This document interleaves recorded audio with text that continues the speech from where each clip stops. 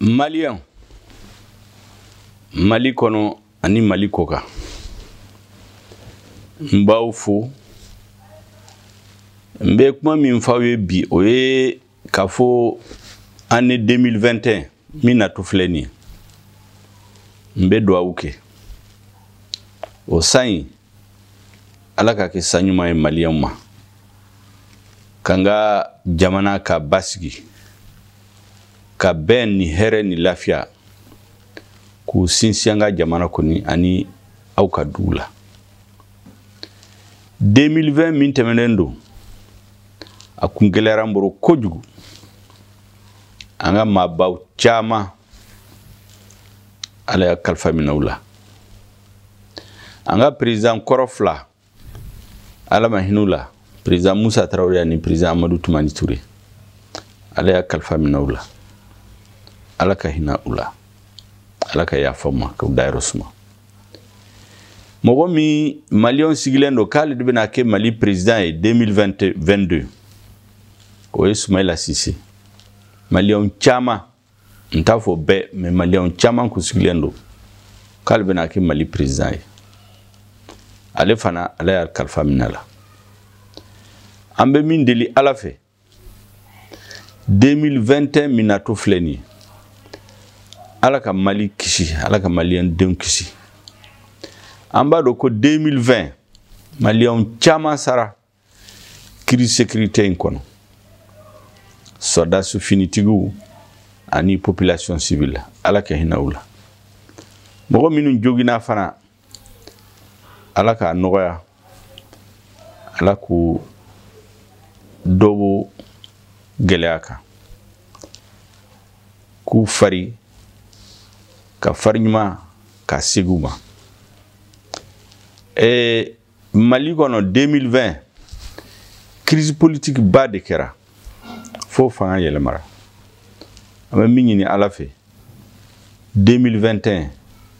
ala ka jamana basigi ka jamana sumaya ka dobo geleala ka dobo crise la pour que 2022 Malion que c'est que ka nyimo kura sugandi ben ni here kono 2021 minna tufleni ambe ala deli aka beni here ko sabati malla bana jugu mimbe jembe kabi bafo mima ko coronavirus abeka cheni chama ka jamana kono o cheni fana beka jamana werela ambe ala deli aka bo piu aka bana imba piu ka bonga jamana ka bu jembe kono ala mo minun kalfa minula ala ka hina ula ka fo malien yi u kana espoir perdu gelea benga jamana ka bi men dalendo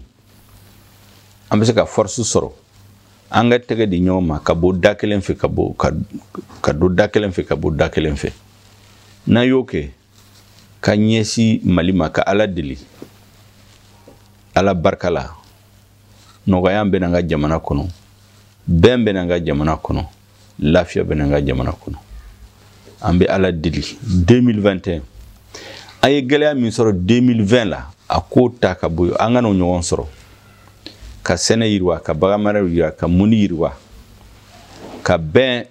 yirwa nga jamana kono kuma ba minu be fe ka fo malien Mali kono ani Mali koka jeune muso makorobaw be mbawfu mbawfu nga parti imper d'un togola Front pour la sauvegarde a militant na responsable bet togola M5 RFP uya dana danika ne buka réunion présidé ulufana unyemo nuka militant bet togola ma fi kawfu ka walimando ka barka dawe ka barka danga jamanala alaka 2021 ke samie malio mena here soro bena lafia soro ubebe anga seka nyeshi kanga ta